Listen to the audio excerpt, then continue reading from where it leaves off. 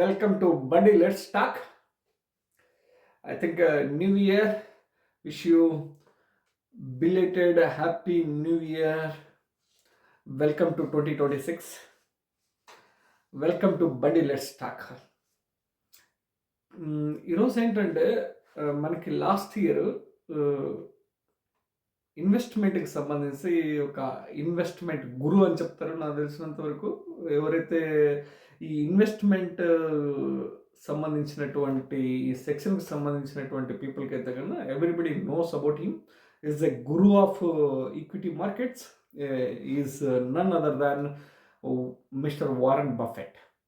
Warren Buffett వచ్చేసి December 31st ఈ step down as a CEO of Berkshire Hathaway. That means famous investment company.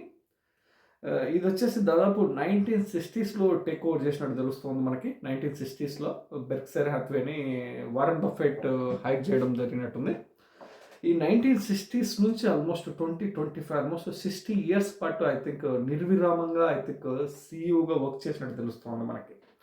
ఇది చూడండి, దాదాపు ఈయన బెర్క్షైర్ హ్యాథ్వేలో మీరు ఏమైనా చూసారనుకో, ప్రపంచంలో ఉన్నటువంటి మొత్తం ఇన్వెస్టర్స్ అయితేనేమి, ఐ థింక్ సమ్ ట్రేడర్స్ అయితేనేమి, సమ్ ఫేమస్ పర్సనాలిటీస్, ఇండియాలో ఉన్నటువంటి ఫేమస్ పర్సనాలిటీస్ కన్నా మీరు చూసినారనుకో, రామ్దేవ్ అగర్వాల్ అయితేనేమి, some other some small investors అయితేనేమి, ఫ్యామిలీ ఆఫీసెస్ ఓనర్స్ అయితేనేమి, అందరూ కూడా అట్లీస్ట్ ఒకసారన్నా బెర్క్షైర్ హ్యాథ్వే యాన్యువల్ జనరల్ మీటింగ్కి అటెండ్ అయ్యి తన స్పీచెస్ వినాలని చెప్పేసి కోరుకుంటూ ఉంటారు. చాలామంది అట్లా జాయిన్ అయ్యేసి తన స్పీచెస్ వినడం కూడా జరిగినట్టుంది. నేను కొన్ని ఇంటర్వ్యూ చూస్తూ ఉంటాను, కొంత ఫేమస్ ఇన్వెస్టర్స్ ఇంటర్వ్యూస్. తర్వాత మీరు చూడండి, నాకు తెలిసినంత వరకు తను స్టెప్ డౌన్ అయిన తర్వాత December 31st 2 days బ్యాక్ ఈ step down as a CEO of the Berkshire Hathway. I think annual general మీటింగ్లో తను కన్వే చేయడం జరిగింది. Almost is now near about 98 years. మనం తన ఇన్వెస్ట్మెంట్ ఫిలాసఫీ కానీ, తన అడ్వైజర్ ఎవరైతే ఉంటారో, తన అడ్వైజర్, ఫినాన్షియల్ అడ్వైజర్ ఎవరైతే ఉంటారో, తన ఫ్రెండ్ ఎవరైతే ఉంటారో చార్లీ ముంగర్ కానీ, తర్వాత వారెన్ బఫెట్ కానీ, వీళ్ళ ఇన్వెస్ట్మెంట్ ఫిలాసఫీ చూస్తే కనుక మనకి ఏం అర్థమవుతుంది అన్నది నేను ఈ వీడియోలో కొద్దిగా క్లుప్తంగా మాట్లాడాలని చెప్పేసి ఈ వీడియో కన్వే చేస్తాను. At the same time it's a send off to Warren Buffett also.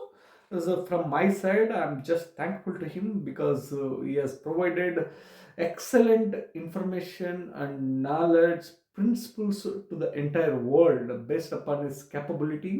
I think he has delivered so much to the public. I think we have to thankful to him for his knowledge as well as for his contributions to the equity markets as well as I can say for entire humanity. He has delivered good job. I can thanks to him for his services to the entire humanity in the financial sector. So in this video I just want to నేను వచ్చేసి ఒక 7 points వచ్చేసి timeless investment principles, Warren Buffett follow అవుతున్నటువంటి 7 principles గురించి మీతో మాట్లాడమని చెప్పేసి ఈ వీడియో చేస్తా ఉన్నాను నేను. చూడండి, 7 ప్రిన్సిపల్స్. ఒక్కొక్క పాయింట్ మనం క్లియర్గా ఎలాబరేట్గా డిస్కస్ చేస్తాం. తన ఇంటెన్షన్ ఏందన్నది, నా పాయింట్ ఆఫ్ వ్యూలో నాకేం అర్థమైంది, నేను ఎలా అర్థం చేసుకున్నాను ఆ పాయింట్ని, నేను ఎలా ఇంప్లిమెంట్ చేస్తా ఉన్నాను నా లైఫ్లో, తర్వాత మీకు ఎలా యూజ్ అవుతుంది అన్నది కూడా చెప్తాను నేను. మీరు చూడండి 1 by 1. చూడండి, ఫస్ట్ పాయింట్ ఏంటంటే సైడ్ నేను డిస్ప్లే చేస్తున్నాను. 7 timeless principles, investment principles from Warren Buffett. You can go through it also. First point ఏంటంటే only invest in what truly understand. అంటే only invest in what truly understand అంటే, మీరు suppose మీ దగ్గర ఉన్నటువంటి మనీని మీరు ఎక్కడైనా ఇన్వెస్ట్ చేయాలనుకుంటే కనుక, మీకు ఆ ఇన్వెస్ట్మెంట్ ఎక్కడైతే మీరు చేయడానికి పోతున్నారో దానికి సంబంధించినటువంటి మీకు క్లియర్గా అర్థం అవ్వాలి. అర్థం కాని దగ్గర మీరు ఇన్వెస్ట్మెంట్ చేయకూడదు. ఫస్ట్ మీరు ఇన్వెస్ట్మెంట్ పెట్టాలనుకునే కానీ ఆ జోన్కి సంబంధించినటువంటి ఆ ఏరియాకి సంబంధించినటువంటి మీకు క్లియర్గా అర్థం అవ్వాలి అని చెప్తున్నాడు. సపోజ్ మీరు కన్నా చూడండి, సపోజ్ మీరు ఈక్విటీలో ఇన్వెస్ట్ చేయాలనుకున్నారనుకో. ఈక్విటీ అంటే ఏంటి? సపోజ్ మీరు ఇండియన్ ఈక్విటీ మార్కెట్ తీసుకున్నారనుకో. సపోజ్ నిఫ్టీ 500 అంటే top 500 companies of Indian top 500 companies based upon the market cap. మీరు దీంట్లో ఇన్వెస్ట్ చేయాలనుకునేటప్పుడు మీకు సర్టెన్ ఐడియా ఉండాలి. How it functioning, how it working, who is running it, who is managing it and how it is delivering, what is the previous history. మీకు ప్రాపర్గా information మీరు gather చేసిన తర్వాత మీకు కంప్లీట్గా ఈ బిజినెస్ సపోజ్ ఒక కంపెనీ తీసుకున్న తర్వాత ఆ కంపెనీ దాని గ్రోత్ స్టోరీ ఏంటి, దాని హిస్టరీ ఏంటి, దాని మేనేజ్మెంట్ ఏంటి, తర్వాత ఇది స్టేబుల్ బిజినెస్సా కాదా, రిలయబుల్ బిజినెస్సా కాదా అన్నది మీరు ప్రాపర్గా అనలైజ్ చేసుకున్న తర్వాత మీకు ఒక ఐడియా వచ్చిన తర్వాతనే మీరు దాంట్లోకి ఎంటర్ అవ్వాలి అన్నది తన ఇంటెన్షన్ అనమాట. అంటే stick to your circle of competence. అంటే నీకు ఏదైతే ఒక కాంపిటెన్స్ ఉంటుందో, ఇప్పుడు సపోజ్ నేను ఒక electrical engineer,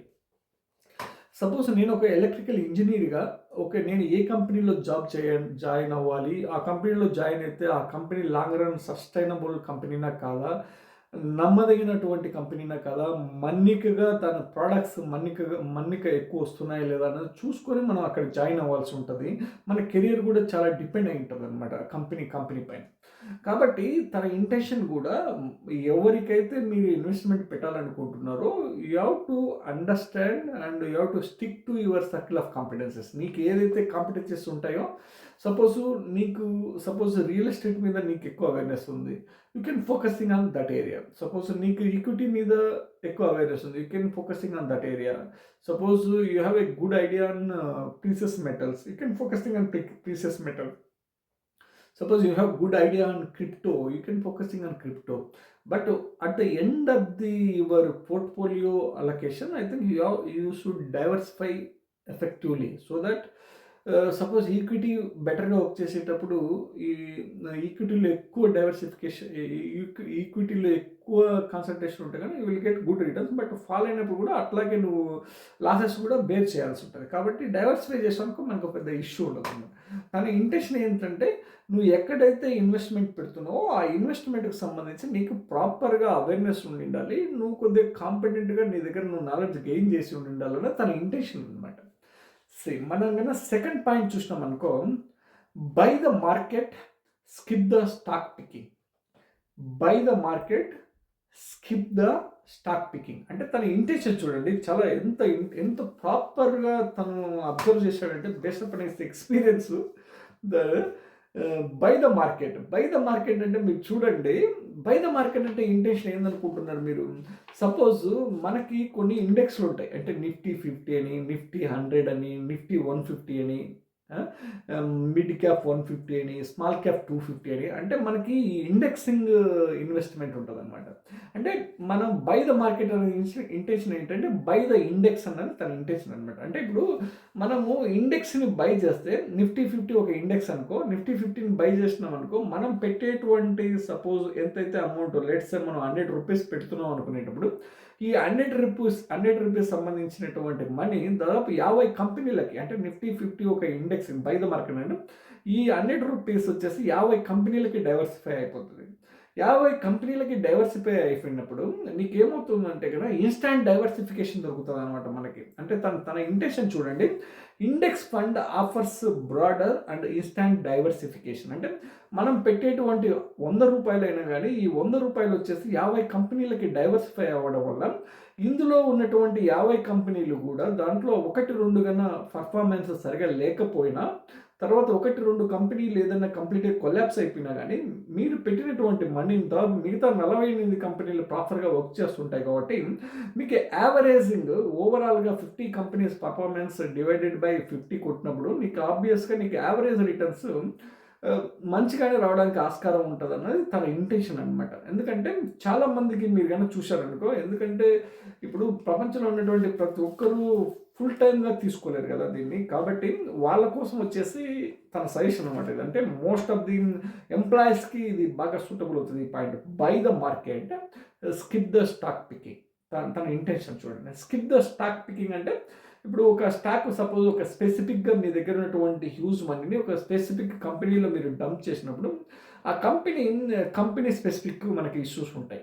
company specific suppose management fail అవ్వడం గానీ, లేదంటే గనక అప్‌కమింగ్ ప్రొడక్ట్స్ ఫెయిల్ అవ్వడం గానీ, బిజినెస్ ప్రాపర్‌గా లేకపోవడం వల్ల గానీ, గ్రోత్ లేకపోవడం వల్ల గానీ, లాంజివిటీ అంటే లాంగ్ టర్మ్ స్టేబుల్ బిజినెస్ కాకపోవడం వల్ల గానీ, మనం ప్రాఫిట్స్ గెయిన్ చేసేటువంటి అవకాశం చాలా తక్కువుంటది. అట్ ద సేమ్ టైమ్ మనకు ఆ నాలెడ్జ్ ఉంటే కనుక మనం ఆ వేలో ఎళ్ళొచ్చు. లేనప్పుడు బెటర్ బై ద మార్కెట్ అన్నది తన ఇంటెన్షన్ అనమాట. తర్వాత థర్డ్ పాయింట్ చూడండి మీరు. If you insist on stock picking, keep it focused. అంటే మీరు కంటిన్యూస్‌గా మీకేదైనా స్పెసిఫిక్‌గా మీకు ఇంట్రెస్ట్ ఉండి మీరు ఫోకస్‌గా మీరు ఏదైనా స్టాక్ పికింగ్ చేయాలనుకునేటప్పుడు invest in few high growth businesses అన్నది తన ఇంటెన్షన్ అనమాట. అంటే సపోజ్ మీరు గనుక చూసుకున్నారనుకో మన ఇండియన్ నిఫ్టీ 50 గానీ, సెన్సెక్స్ 30 గాని మనం తీసుకున్నామనుకో top 30 companies in Sensex, top 50 companies in Nifty గాని తీసుకున్నారనుకో ఇవి వచ్చేసి leading companies in Indian growth story. ఆ కంపెనీస్‌లో గూడా మనము స్పెసిఫిక్‌గా ఒక్కొక్క సెక్టార్ నుంచి 1, 2 కంపెనీస్ చూసుకొని దాదాపు 10 సెక్టార్స్ ఉంటే గాని ఒక 15, 20 కంపెనీస్ ఫిక్స్ చేసుకొని ఆహ్, దాంట్లో మనం లాంగ్ టర్మ్ మనము ఇన్వెస్ట్ చేయాలన్నది తన ఇంటెన్షన్ అనమాట. Focusing long term as well as focus on stable and reliable businesses తన ఇంటెన్షన్ అదనమాట. మనం గనక చూసినామనుకో దీంట్లో గూడా మనకి రిస్క్ ఎక్కువుంటది. కంపెనీ స్పెసిఫిక్ రిస్క్ ఉంటది. సెక్టార్ స్పెసిఫిక్ రిస్క్ ఉంటది. మనం ఇవన్నీ దాంట్లో కంటే better I think as a employ whoever don't have time I think better focusing on buying the market, focusing on indexing rather than the stock picking. Stock picking is more riskier than the focusing on the indexing investment. Okay. ఇంకా తర్వాత కన్నా మనం చూసినామనుకో fourth point తను ఏం చెప్తున్నాడంటే చూస్ businesses with real advantages. అంటే మీరు చూడండి ఏ బిజినెసెస్ అయినా ఇప్పుడు మనం గనక చూసినామనుకో ఇక్కడ వారెన్ బఫెట్ వచ్చేసి మోట్ అనే ప్రిన్సిపల్ యూజ్ చేసుకుంటాడు. అంటే ఒక కంపెనీని పిక్ చేసేటప్పుడు చెక్ చేయాలి, ఏమేమి అవాయిడ్ చేయాలి, ఏమేమి క్రాస్ చెక్ చేసుకోవాలన్నది తన ఇంటెన్షన్ అనమాట. ఆ ఇంటెన్షన్‌లో భాగంగానే ఇక్కడ ఉన్నటువంటి మొత్తం ఏజీఎమ్స్‌లో చాలా లాస్ట్ ఐ థింక్ నాకున్నటువంటి ఇన్ఫర్మేషన్ ప్రకారము రామ్‌దేవ్ అగర్వాల్ ఎవరైతే ఉన్నారో ఈ Motilal Oswal cofounder Ramdev Agarwal are current chairman of Motilal Oswal. Ramdev Agarwal is completely used to attend AGMs of Berkshire Hathaway. And అక్కడి నుంచి తను నేర్చుకొని ఎందుకంటే వెల్త్ స్టడీ రిపోర్ట్స్ పబ్లిష్ చేస్తూ ఉంటుందన్నమాట. ఈ Berkshire Hathaway every year they will publish one wealth study report every year. దాన్ని దాన్ని తీసుకొని రామ్‌దేవ్ అగర్వాల్ గారు కూడా వెల్త్ స్టడీ రిపోర్ట్స్ పబ్లిష్ చేయడం స్టార్ట్ చేసినట్టున్నారు. రీసెంట్‌గా 2025 వచ్చేసి 30th wealth study report publish చేసినట్టు తెలుస్తోంది. Almost 1996లో start చేసినట్టున్నాడు. 30 ఏళ్ల నుంచి తను వెల్త్ స్టడీ రిపోర్ట్స్ పబ్లిష్ చేస్తా ఉన్నట్టున్నాడు. మనం కనుక చూసినామనుకో ఈ వెల్త్ స్టడీ రిపోర్ట్ తను ఏ బేసిస్ మీద పబ్లిష్ చేస్తాడన్నది కానీ మనకు క్లియర్‌గా అర్థమవుతుంది. మోతిలాల్ ఓస్వాల్ వచ్చేసి క్యూజీఎల్పీ అని ఒక స్ట్రాటజీ ఫాలో అవుతారనమాట. లైక్ మోట్. ఇప్పుడు ఏదైతే మనకి చెప్తా ఉన్నాడో వారెన్ బఫెట్ సిమిలర్ ప్రిన్సిపల్ వచ్చేసి మోతిలాల్ ఓస్వాల్ క్యూజీఎల్పీ ఫాలో అవుతారు. అంటే quality, growth, longevity and price. మనం గనక చూసినామనుకో ఈ 4 పాయింట్స్ ఏంటంటే గనక ఒక కంపెనీని స్టడీ చేయాలనుకునేటప్పుడు, ఒక కంపెనీని మనకి దాని జర్నీ మనం ప్రిడిక్ట్ చేయాలనుకునేటప్పుడు you need to know these 4 parameters. అంటే quality of the company. Company quality అంటే కంపెనీ ఎలాంటి ప్రొడక్ట్స్ డెవలప్ చేస్తూ ఉంది, దాని క్వాలిటీ ఏంటి, కంపెనీ క్వాలిటీ ఏంటన్నది మనం ఐడెంటిఫై చేయాల్సి ఉంటుంది. At the same time growth అనమాట. గ్రోత్ అంటే ఈ గ్రోత్ సపోజ్ ఏదైతే కరెంట్ గ్రోత్ ఉందో ఈ గ్రోత్ సస్టైనబుల్ గ్రోతా కాదా, ఉంటే ఎన్ని ఏళ్ళు ఉండబోతుంది ఈ గ్రోత్. తర్వాత మనం కనుక చూసినామనుకో లాంజివిటీ అంటే అది కంప్లీట్లీ ఎన్నేళ్ళు ఈ గ్రోత్ కంటిన్యూగా ఉండబోతుంది, దీని సస్టైనబుల్ బిజినెస్ మోడలా కాదా, లాంగ్ టర్మ్ సస్టైనబుల్ బిజినెస్ కాదా అన్నది ఈ క్యూజీఎల్పీ ప్రిన్సిపల్లో మనకి క్లియర్గా అర్థమవుతుంది. అంటే Ramdev Agarwal used to suggest you should focusing on growth of the company as well as you should focusing on good management, whether management is good or not. If management and growth is good, then you should focusing on business, whether it can sustain next 20 years or 30 years. What is the business model? Taravata at reasonable price. Current market, current stock price is it reasonable or not? If it is reasonable and if it is undervalued and management is good and quality is good, then we can go for that company. That is his intention అనమాట. ఈ intention ప్రకారంగానే ఈ principal ఏదైతే develop చేశారో మోతిలాల్ ఓస్వాల్ వాళ్ళు, వీళ్ళు వచ్చేసి Berkshire హ్యాథ్వేని చూసి వీళ్ళు ఈ ప్రిన్సిపల్ని కాపీ చేశారనమాట. తర్వాత చూడండి, మనకి ఫిఫ్త్ పాయింట్ ఏంటంటే కదా, కీప్ ఇన్వెస్ట్ సింపుల్ అండ్ లో cost. Keep investment simple and లో కాస్ట్ అంటే తన ఇంటెన్షన్ ఏంటంటే కనుక ఎక్కువ కాంప్లెక్సిటీ తీసుకురాకూడదు. మీరు ఏదైతే ఒక పోర్ట్ఫోలియోని డెవలప్ చేయాలనుకుంటున్నారో, పోర్ట్ఫోలియోని క్రియేట్ చేసుకోవాలనుకుంటున్నారో, ఈ పోర్ట్ఫోలియోని కాంప్లెక్స్గా ఉండకూడదు, చాలా సింపుల్గా పెట్టండి, లో కాస్ట్గా ఫోకస్ చేయండి. అంటే మీరు కనుక చూసినారనుకో, మనకి ఈటీఎఫ్స్ ఉంటాయి as well as mutual funds ఉంటాయి. మ్యూచువల్ ఫండ్స్కి ఈటీఎఫ్స్కి there is no much difference, it's similar products అనమాట. కాకపోతే మ్యూచువల్ ఫండ్స్లో వచ్చేసి యాక్టివ్ ఫండ్ మేనేజర్స్ ఉంటారు, మనకి ఈటీఎఫ్స్లో అయితే ఫండ్ మేనేజర్స్ ఉంటారు. ఈటీఎఫ్స్ వచ్చేసి ప్యాసివ్ ఫండ్స్ టైప్ అనమాట, మ్యూచువల్ ఫండ్స్ వచ్చేసి యాక్టివ్ ఫండ్స్ టైప్. మ్యూచువల్ ఫండ్స్లో కూడా ఈ మధ్య ఇండెక్సింగ్ మ్యూచువల్ ఫండ్స్ వచ్చాయి. అంటే ఇండెక్సింగ్ మ్యూచువల్ ఫండ్ అన్నా కానీ మ్యూచువల్ ఫండ్స్లో వచ్చేసి ఇండెక్సింగ్ అంటాము, ఇండెక్సింగ్ ఫండ్ అంటాము. మనం సిమిలర్గా మనం కన్నా లైవ్ మార్కెట్లో చూసామనుకో మనం ఎక్స్చేంజ్ ట్రేడెడ్ ఫండ్స్ ఈటీఎఫ్స్ అంటాం అనమాట. ఈటీఎఫ్స్ కన్నా మీరు చూసుకున్నారనుకో, దాని fund means total expense ratio TER ఏదైతే ఉంటుందో అది వచ్చేసి వెరీ లో ఉంటుంది comparatively with mutual funds which are active mutual funds వచ్చేసి active mutual funds fund managers ఎవరైతే మేనేజ్ చేస్తుంటో దాని ఫండ్ ఎక్స్పెన్స్ రేషియో వచ్చేసి లిటిల్ బిట్ హై ఉంటుంది, వెరీ హై ఉంటుంది comparatively with almost I can say it's almost double or triple than the ETFs expense ratio. ETFs expense ratio suppose 0.2 less then 0.2 ఉంటుంది, 0.2 to 0.3 ఉంటుంది max, 0.2 or 0.3 rupees ఉంటుంది, 0.2 or 0.3% ఉంటుంది. అదే కన్నా మనం కన్నా చూసినాం అనుకో, mutual funds total expense ratio it is near about 0.7 to 1.5% వరకు ఉంటుంది అనమాట. అంటే it's almost 3 to 4 times higher ఉంటుంది అనమాట.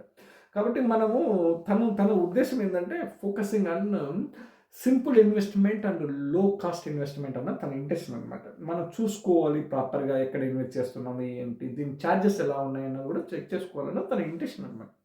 తర్వాత సిక్స్త్ పాయింట్ చూడండి, patience pays more than speed. This is very powerful point. Patience pays more than speed. Hold investments for long term.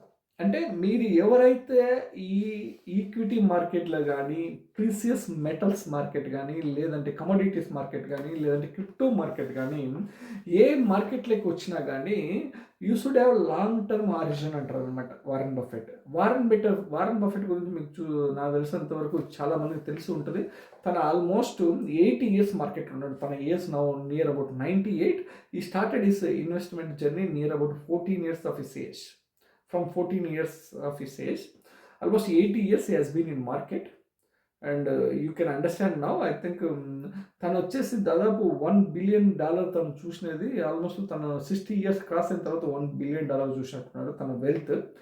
ఈరోజు వచ్చేసి ఆల్మోస్ట్ 300 billion US dollar తన wealth వచ్చేసి. మనం చూసినాం అనుకో, అంటే patience pays more than the speed. అంటే ఎక్కువ పరిగెత్తాల్సిన అవసరం లేదు. షార్ట్ టర్మ్లో మనం గేమ్స్ ఏం చేయాలని చెప్పేసి పరిగెత్తినాం అనుకో బోర్లో పడతాం అన్నది తన ఇంటెన్షన్ అనమాట. Have some patience and keep on invest and have a long term margin and be focus and try to stay invest in the market. That is the intention of Warren Buffett ideology. So last point, only buy companies you are comfortable holding for years. See, holding by companies you are comfortable holding for years. అంటే మీరు ఏవైతే suppose మీరు specific company specific suppose stock picking చేయాలనుకునేటప్పుడు తను చెప్తున్నది ఏంటంటే you should have a long term horizon.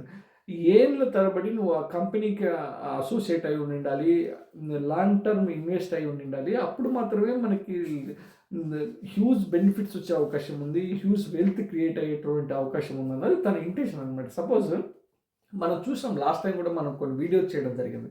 ఐసెల్ Motors అయితేనేమి, ఇన్ఫోసిస్ అయితేనేమి, అవి వచ్చినటువంటి ఐపీఓలో వచ్చినటువంటి టైం నుంచి కానీ ఎవరైతే స్టే ఇన్వెస్టెడ్ అయి ఉంటారో కోట్లు, కొన్ని వేల కోట్లు ఇన్వెస్ట్ చేసినటువంటి తెలుస్తూ ఉన్నది మనకి. It's a it's a journey. Nobody can predict ఏం జరుగుతుందన్నది, ఎలా ఉండబోతుందన్నది. మనకున్నటువంటి ఆర్జన్ ఏంటంటే expect only reasonable returns, less than 15%, 12 to 15% expect, and keep investing, and you can see the journey where it will go. Nobody knows it. I think what is going to happen after 20-25 years, but you should have a long term horizon, 30-40 years or 50 years also. It's a very good time. Keep investing whatever money you have, and you can see the miracles after 20-25 years. This is the journey what I have been seeing. The Warren Buffett, Ramdev Agarwal, and Rakesh Damani, Ramesh Damani. If you see this, so many Madhukela, I think so many investors from Indian origin, I think you can see their journey. It's amazing journey. Last 2 or 3 decades they have been invested, and they are in markets. The market is life for them. That's why I think they are the now richest people, and they are the investors. You can see, I think in the world, I think you can see all rich people comes from the either business or otherwise investing domain. That means that this is my sincere advice for the people. Please try to learn something from the equity markets and learn from crypto market. Try to learn, then try to enter into the market. Otherwise, without learning, don't enter. This is very peculiar game. In this game, if you want to participate, you should have knowledge. This is not the normal game, and also have some patience. Without patience, you cannot win this game. Thanks for watching so far. Have a nice day. See you in upcoming videos.